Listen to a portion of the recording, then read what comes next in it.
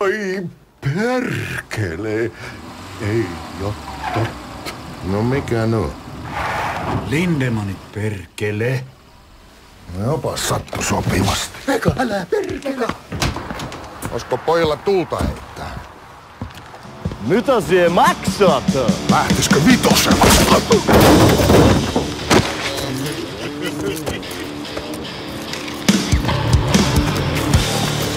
Se on sitten tasarahaa.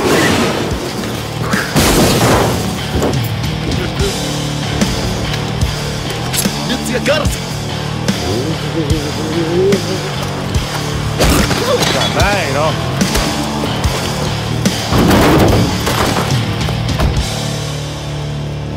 Ensaan ne pojat tuli hakemaan, vai mitä?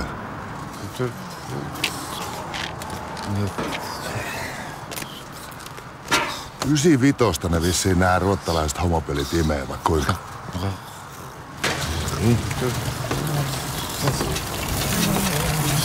No niin, herätyy. No niin.